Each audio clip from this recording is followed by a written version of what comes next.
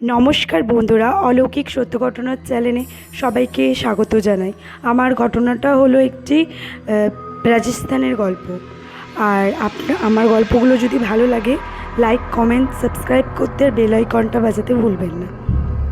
রাজস্থানে একটি বাড়িতে, মামা বাড়িতে মেয়েটা ঘুরতে আসে। তার মামার মেয়ের দেখাশোনা চলছে, বিয়ে হবে, তার জন্যেই মামার বাড়িতে মেয়েটা আসে। মাম্মি আর মামা যখন ছেলে দেখতে যায়, তখন মামার মেয়ের সঙ্গে তখন সে থাকে, ছেলের বোনের মেয়েটা। তারপরে যখন থাকে, বলে যায় যাওয়ার সময় যে একটা মন্দির আছে এখানে, তোরা যাবি না। মামি যাওয়ার সময় বলে যায় দুজনকে, ননদের মেয়েকে আর নিজের মেয়েকে, যে এখানে একটা মন্দির আছে, তোরা যাবি না। বলেছে ঠিক আছে। ওরা ছেলে দেখতে চলে যায়। আর যে ওর বোনটা এসেছিল, ও বলছে, পিসির মেয়েটা বলছে, চ দিদি মন্দিরটাই ঘুরে আসি। বলছে না, মা বারণ করেছে, যাব না। বলছে চ না। বলছে না, মা বারণ করে গেছে, মন্দিরটা ভালো, কিন্তু মন্দিরটার আশেপাশে খুব বাজে নেগেটিভ এনার্জি আছে। ওখানে শুনেছি নাকি অশরীরী আত্মা সব বাস করে মন্দিরের বাইরে। বলছে না, চ না দিদি, আমার খুব ইচ্ছা, আর খুব শুনেছি মন্দিরটার নাম। বলছে ঠিক আছে, কিন্তু তুই ওখানে যাবি, মন্দির থেকে বেরিয়ে কখনোই কাউকে নাম ধরে ডাকবি না, বা তুই ডাকবি না, বা আমাকে তুই বলবি না। তুই বেরিয়ে শুধু আমার সঙ্গে চলে আসবি, মুখে কিছু বলবি না। বলেছে ঠিক আছে। ওরা পুজো টুজো দেওয়ার পর গেছে মন্দিরে, পুজো টুজো দিয়েছে। দেওয়ার পর বেরিয়ে এসে ওর পিসির মেয়েটা ভুলে গেছিল। ও দিদিকে বলল, আয় চল। ব্যাস, ও দিদি বলছে, তোকে কতবার বললাম এখানে মন্দিরের বাইরে বেরিয়ে তুই বলবি না চ বা আয়, কেন তুই যদি এখানে বলিস, এখানে আরও সব এখানে অশরীরী আত্মা থাকে, এরা সঙ্গে করে চলে যায়। ব্যাস, বলছে ঠিক আছে, বলেছিস আর কোনোদিন বলবি না। ওরা বাড়ি চলে আসে।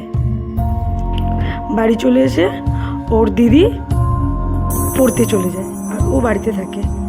আর তারপরে ওর মামিরা আসে, ছেলেটার ফটো দেখায়, বলে ঠিক আছে, তাহলে আমি দিদি আসলে দেখাবো। এটা খুব খুশি, দিদির বিয়ে ঠিক হয়ে গেছে। তো তখন কটা হবে, 8টা, সাড়ে 8টার দিকে রাত্রিবেলা ওর যে বিনতি মাসি আছে তাকে ডাকছে। বলছে, বিনতি মাসি, আমাকে 1 গ্লাস জল দেবে? তারপর দেখছে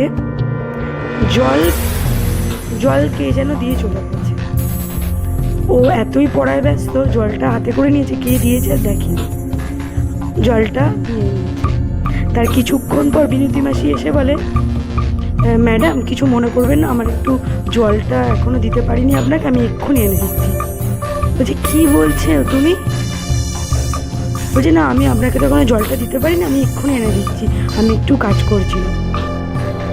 বললো ঠিক আছে। ও যে চলে গেছে, ও চিন্তা করছে, তাহলে আমাকে এই দিক দিয়ে জলটা কে দিল, যখন আমাকে বিনতি মাসি জলটাই দেয়নি।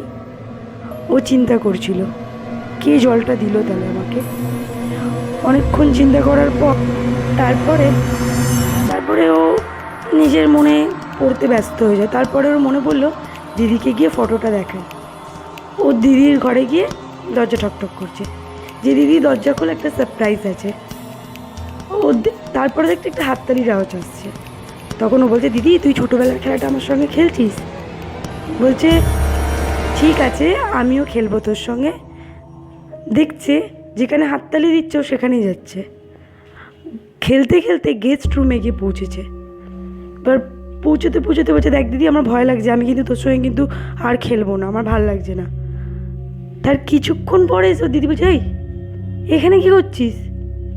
বলছে তুই তো আমার সঙ্গে খেলছিলিস ছোটোবেলার খেলাটা। বলছে তোর গলা শুনে আমি তো ঘর থেকে বেরিয়ে এলাম, আমি তো তোর সঙ্গে খেয়ে। ও চমকে গেছে। বলছে জানিস, তারপর দিদিকে বলছে, জানিস আমার সঙ্গে কী হচ্ছে, যেই থেকে আমি মন্দির থেকে এসেছি, তারপর থেকে আমার হচ্ছে, আমি বিনতি মাসিকে জল চাইলাম, দেখলাম আমার উল্টো দিক দিয়ে জল এসছে, বিনতি মাসি বলছে আমি জল দিইনি। তারপর তোর ঘরে ডাকতে এলাম, ভাবলাম তুই বাইরে আছিস, আমার সঙ্গে খেলছিস, কিন্তু তুই তো আসিসনি, আমার সঙ্গে জিনিসগুলো ঘটছে, কেউ আমাদের সঙ্গে চলে আসেনি তো।